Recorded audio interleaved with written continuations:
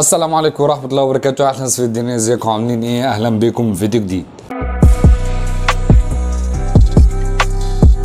وطبعا زي ما انت عارف او انت لسه ما عرفتش ان في تحميل لازم تعملهم هم على اللايك والشير، اشترك في القناه، وطبعا فعل جرس الدبات عشان يوصلك كل جديد ان شاء الله انا انزله. باختصار شديد ومفيد كده نتكلم النهارده في الفيديو بتاعنا عن حاجه مهمه جدا ومشاكل يعتبر كل الناس او كل اللي شاف الفيديوهات عندي القديمه بيسالني نفس السؤال، ان هو ازاي يشتغل على برنامج وير فيت برو، او ازاي يعمل مثلا يحط صورته يخلي الوقت بدل 24 يخليه 12. في شويه حاجات كتير جدا بتقف قدام الناس، فانا حبيت ان انا اعمل فيديو ارد على كل الاسئله دي في فيديو واحد. هنتكلم طبعا عن ساعه اتكلمنا عنها قبل كده، وهي ال HK9 Ultra 2 Max. طبعا لو ما شفتش الفيديو بتاعها فعندك في علامه الاي اللي هنا او اللي هنا، وهتلاقي في الشانل عندنا. طبعا كل اللي عليك او اول حاجه هتعملها هنجيب التليفون بتاعك اللي انت هتشتغل عليه. طبعا لو فيها دبانه عندك كده ولا حاجه ما تشغلش بالك بقى خالص، لان احنا في الصيف، فانا حاولت ان انا اطلع كل الدبانه اللي في الاوضه وبرده موجوده واحده، فما تشغلش بالك بالحوارات دي وخلينا في المهم بتاعنا. اول حاجه طبعا التليفون بتاعك يكون فيه نت او فيه واي فاي او فيه داتا، ايا كان مشاكل او اشكال النت. فكل اللي عليك ان احنا اول حاجه طبعا بنعمل ايه، تسجيل للشاشه عشان نشوف الشغل اللي احنا بنعمله. وطبعا الساعه بتاعتك او السمارت بتاعتك لازم تكون مشحونه كويس، او مشحونه يعتبر فوق النص عشان تشتغل معاك كويس وما يكونش فيها اي مشكله. فطبعا البرنامج اللي احنا بنشتغل عليه اللي هو وير فيت برو، طبعا عملت عنه فيديوهات كتيره جدا موجوده عندنا في القناه، كنت اتفرج عنها، وعن يعني سمارت ووتشز كتيره جدا بالنسبه بقى اللي بيشتغل عليها وير فيت برو. فهنفتح النهارده كده الوير فيت برو بتاعنا من غير ما نستخدم السمارت ووتش او نلمس السمارت ووتش اصلا خالص.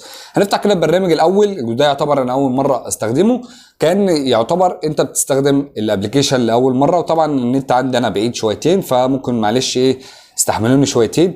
اول حاجه هتبان قدامك الشكل اللي قدامك ده. في ناس كتير جدا بتقول لي ما بعرفش اسجل اصلا على البرنامج نفسه، فكل اللي عليك ان انت هتقول لقد قرات او وافقت على الحاجات السياسات الخاصه بتاعته، وهتدوس على جي اللي تحت دي اللي هي الجيميل. مجرد ما هتدوس عليها كده هيطلع لك الجيميل او الجيميلات اللي موجوده عندك في التليفون بتاعك، وانت بتختار واحد منهم. فهو دلوقتي هو عارف كل حاجه وقال لي اهلا بيك واتفضل، ودخل على طول ايه في الكلام المظبوط وماشي. ان شاء الله نشوف الحوار ده. طبعا دي الواجهه اللي قدامك اهو، طبعا هم جددوها وكان شكله الاول مختلف عن كده، فايا كان احنا ما يخصناش كل ده. كل اللي علينا ان احنا نروح على كلمه معدات، او ايا كان حتى لو هي اللي بالانجلش معاك مفيش مشكله، هي مكانها قدامك اهو. هندوس على كلمه اضافه جهاز. طبعا انت بالنسبه لك كده ما عندكش الا جهاز واحد اللي هو السمارت ووتش بتاعتك، فانا حاططها على الشحن دلوقتي اهي، فنشيلها كده الاول. ثواني انا فتحت الساعه دلوقتي وهنسيبها على الشحن شويه عشان هي تقريبا كده فاصل الشحن. وهندوس على قدامك اهي بانت اسمها، هتدوس عليها كلمه اقتران، بيجيب لك هنا على السمارت ووتش بتاعتك الشكل اللي انت شايفه ده. ثواني، بطاريه منخفضه، حاضر ماشي، بس هات الشكل اللي انت شايفه ده، ان هو في حد عايز يقترن بالسمارت ووتش فبتعمل اعاده محاوله. انا ملحقتش اعمل حاجه، فهدوس على موافق. كده تم الاقتران بنجاح وكل حاجه تمام، وبيحتفلوا بيك بيقول لك اهلا ومبروك ان انت عملت اقتران بالسمارت ووتش بتاعتك. طبعا نركن دي بقى على الشحن زي ما هي، ندوس على كلمه تنفيذ. بالظبط هتم نفس اللي انا بعمله، هتمشي بنفس الخطوات والدنيا هتكون سهله وسلسه ومفيش اي مشكله فيها خالص. الفكره بس النت بتاعك يكون شغال كويس، عشان هو تقريبا كل حاجه شغالين عليها بالنت. فعندك وير اختار، ماشي، افتح الاختيارات بتاعته. هتدخل على برنامج وير فيت برو، تعمل له سماح بوصول اشعارات. تمام، نرجع لورا، ماشي انا عارف كده. تنفيذ، ماشي. اذهب للاعدادات، ما تروحش الاعدادات ولا تعمل اي حاجه خالص، احنا كده تمام. وعندك وقت الشحن وعندك كل حاجه. في تحديث جديد للواجهه اللي قدامك، بس احنا مش فارقه معانا كل الحوارات ده عشان نشتغل على السمارت ووتش بتاعتنا. طبعا احنا كده اول حاجه هتلاقيها قدامك او هتلاقيها سوق السمات، هتدوس على شاهد المزيد. نفس المشكله او نفس البروبلم اللي بتحصل مع اي حد، ان هو يعني هو مش شايف حاجه. يعني الجهه اللي انت شايفها اللي انا مشاور عليها اللي فوق دي اصلا في خانات هنا انت مش واخد بالك منها ان في خانات. فكل اللي عليك ان انت هتعمل زي برضو، يعني احنا مش شايفين كده كاننا عمي اهو. هتدوس على الحته اللي هنا دي، تمام. دي شويه حاجات كده ايه كتيره زي ما انت شايف كده. ده بالنسبه للسمارت ووتش او اي سمارت ووتش ثانيه هتدوس عليها بالمكان اللي هنا ده. فعندك هنا بقى خلفيات كتير ونغمات، شغل ابن لذينه جامد قوي. يعني احنا ندوس على كده، يعني ايه، نحط خلفيه الاول، دي ابسط حاجه. تعمل سماح لكل حاجه هو عايزها، ونحط الخلفيه دي مثلا، تمام. عندك هنا بقى الاسلوب، انت عايز تحط الاسلوب بتاعك فين، الشكل التايم والتاريخ. فعندك هنا مكان مثلا نخليه هنا كده في النص، بس اول حاجه لازم تدوس على الساعه او شكل الصوره بتاعتك عشان تشتغل معاك. فاحنا هنخليها مثلا تحت زي كده، وندوس على كلمه تركيب. هو مجرد ما تدوس على كلمه تركيب هتلاقي السمارت ووتش بتاعتك يعتبر نورت عشان تستقبل الموضوع ده. طبعا هو الموضوع مش بياخد اكتر من دقيقه او دقيقتين بالكتير. طب وبكده خلاص هي يعتبر الخلفيه بتاعتنا اتحطت زي ما انت شايف كده. اوريها لك. لا افتح يا استاذ افتح اهي الخلفيه اللي احنا حطيناها بالظبط. ويعني تقريبا مفيش اي حاجه عامه بكسله او اي حاجه في الصوره. الصوره بصراحه كويسه جدا. ده بالنسبه للسمارت ووتش دي او اي سمارت ووتش تاني، كل حاجه على حسب امكانياتها. يعني انا بكلمك على حسب امكانيات الساعه بتاعتك هتديك الامكانيات دي. فنرجع لورا كده، في عندك خلفيات قائمه، ودي خلفيات انت لو عايز تضيفها بتشتغل موفي يعني كده حركيه. في عندك هنا نغمات محليه الصنع. في هنا انت ممكن عايز بقى تضيف نغمه براحتك، انت تضيف اللي يعجبك، بس لازم يكون نغمه قليله. يعني انت ما تستخدمش نغمه كبيره او حاجات كبيره عشان ايه الدنيا تشتغل معاك كويس. نخش على الملفات. انا تقريبا ما عنديش اصلا حاجه صوتيات او اي صوتيات وخلاص. تقريبا مش عندي حاجه ممكن نسمعها. انت تضيف اللي انت يعجبك. بالنسبه لو انت هتعمل نغمه للسمارت ووتش بتاعتك مختلفه عن النغمه العاديه. في عندك هنا برضو خلفيات جميله جدا زي الخلفيه دي مثلا. لو دوسنا عليها كده، دي مسموح ان هي مجاني. خلفيه بصراحه جودتها عاليه جدا. وفي خلفيات منها تحت اهي، في خلفيات بفلوس وفي خلفيات مجاني. يعني دي عندك ب$2، يعني متخيل انت الرقم ده. وفي تنزيل مجاني للاعضاء، ده لو انت مشترك بتشتري البرنامج كله مره واحده، فبيحسب لك كل الحاجات دي مجاني. فعندك كلمه تنبيه، ودي طبعا الاشعارات اللي انت عايزها او كل اللي انت عايزه يبان في السمارت ووتش بتاعتك. طبعا كل حاجه طبعا بتشتغل معاك بالنت. لازم النت بتاعك يكون شغال كويس عشان يشتغل الامكانيات او كل الحاجات تبان قدامك. كل الحاجات دي بيجي لها اشعارات. نرجع لورا كده، وعندك صوت تطبيقات. ده لو انت عايز تضيف برامج هم ضايفينها. يعني مثلا في برامج هنا كتير بصراحه يعني 100 100. يعني في ساعات كتير جدا سعرها اعلى من كده ما فيهاش الخانه دي، او ما فيهاش ان انت تضيف لعب او ابلكيشنز مختلفه. فدي في عندك خلفيات كتير او في عندك برامج كتير انت ممكن تضيفها زي ما انت عايز. في عندك سوق الالعاب، في عندك اللعبه اللي انت مثبتها، وفي شويه لعب جامدين جدا بصراحه. بالنسبه للسمارت ووتش دي سعرها حوالي 1400 جنيه. فيعني ده كده عظمه قوي. وبصراحه جودتها حلوه. انا مش بعبر لك كده عشان انا ببيعها، لا، ما انت ممكن تشتريها من عند اي حد، بس انا بكلمك على حاجه فعلا هي ممتازه. نرجع لورا كده، في عندك موسيقى المحليه، ودي الموسيقى اللي انت هتضيفها. مش معنى ان انت هتشغلها من هنا توصل لهنا، لا، هي بتتحفظ على السمارت ووتش بتاعتك لان هي فيها مساحه 2 جيجا مثلا. فانت بتحمل الموسيقى اللي انت عايزها، والافضل ان هي تكون قليله 3 دقائق او 4 دقائق، ما يكونش اكتر من كده عشان يشتغل معاك كويس. فعندك كورس رائع بتقنيه الذكاء. ودي بصراحه يعني معظم الحاجات دي انا مش عارف هو عايز ايه. يعني انا حاولت افهم هو عايز ايه، انا مش فاهم.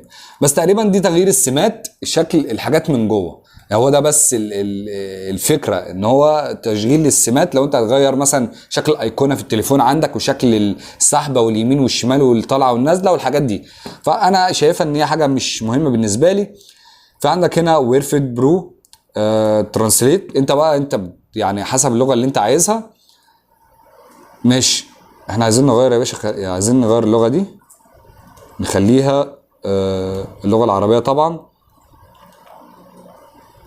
خليها اللغة العربية الإنجليزية. تمام. فكده الموضوع بالنسبة لك سهل ان انت تعمل كل حاجة. تبحث على اي كلمة انت عايز تكتبها. مثلا نكتب مثلا يسبح مثلا، شوف ممكن يجيبها ولا حاجة ولا ايه الدنيا. ماشي، شوف كده.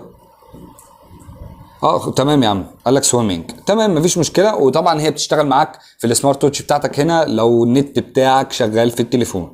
فعندك اعدادات اخرى بقى. الاعدادات دي برضو كتيره جدا. انت يعني حسب احتياجك ليها.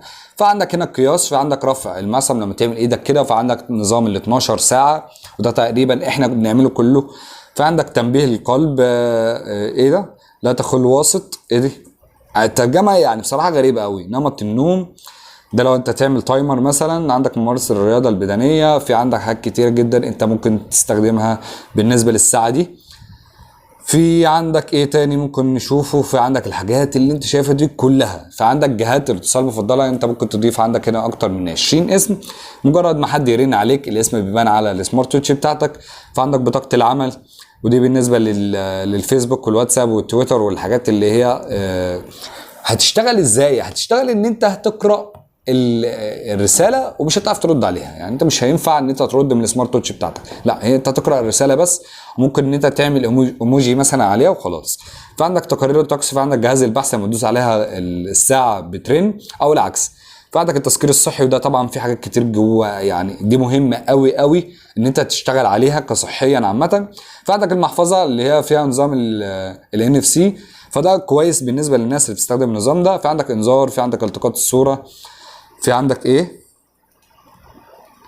يا بوك دي؟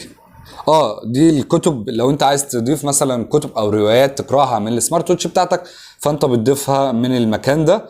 لو انت عايز تقرا مثلا روايه او معاك كتاب عايز تقراه، فعندك منظمه العفو الدوليه للطلب، لا يوجد محتوى حتى الان. ماشي، بنشوف الموضوع ده. فعندك تخصيص التوقيف، فعندك حزام او حزمه بطاقه. في عندك ألبوم الصور، وطبعا انت بتضيف الصور اللي انت عايزها، اختيار الصورة، وطبعا بتتسجل على السمارت ووتش بتاعتك وبتفضل عليها. انت عايز تعملها خلفية ماشي، عايز تقراها او مثلا عندك حاجة مهمة بالنسبة للسمارت ووتش بتاعتك ان انت تقراها على السمارت ووتش، فمفيش مشكلة. اما بالنسبة ان انت لو هتغش بيها فده حرام، انا مش دعوة بيك بقى. انا قلت لك ان هي تحمل صور وكل حاجة، بس انا مش دعوة بحاجات الغش. ومجرد ما خلاص ان انا بعتها هي وصلت للسمارت ووتش بتاعتي. ثواني عشان هي تقريبا كده فصلت اهي، زي ما انت شايف الصورة ظاهرة قدامك. انت طبعا ممكن تضيف اكتر من صورة او 4 صور. في عندك هنا الجدولة، لو انت عايز تعمل مثلا عندك ميعاد معين عايز تفتكره، فالسمارت ووتش بتاعتك بتفكرك بالموضوع ده. اعدادات اذن المحمول، وده احنا عاملينها كلها. وفي عندك هنا فيديو تعليمي بيعرفك ازاي تستخدم الحاجات دي. فعندك دروس الرسم، في عندك الترقية الثابتة، ودي المفروض ان انت ترقيها لو هي عايزة تترقى، ومعلومات الجهاز. وتقريبا هنا كده مفيش اي حاجة تاني ممكن تعملها بالنسبة للسمارت ووتش هنا. غير ان احنا مثلا نرجع للاولانية. عندك هنا حاجات دي مهمة جدا بالنسبة للناس الرياضية، ان انت لو عايز تعمل نظام يعني كاشف ليك ان انت تعمل انبادي، هو ده الانبادي بتاعك. ان انت تعمل كل حاجه، يحسب لك سعراتك، يحسب لك مثلا الاكسجين في الدم، يحسب لك الوزن، حرقت كام كالوري. كل الحاجات دي مهمه جدا بالنسبه للناس الرياضيه. وفي دروس برضه يعني برضه فيها في دروس رياضيه، وفي حاجات للكارديو، وفي حاجات للستات للنساء، يعني ان هو يعني حاجات كارديو وحاجات صحيه. فدي حاجات مفيده وهتفيدك ان انت ممكن تستخدمها.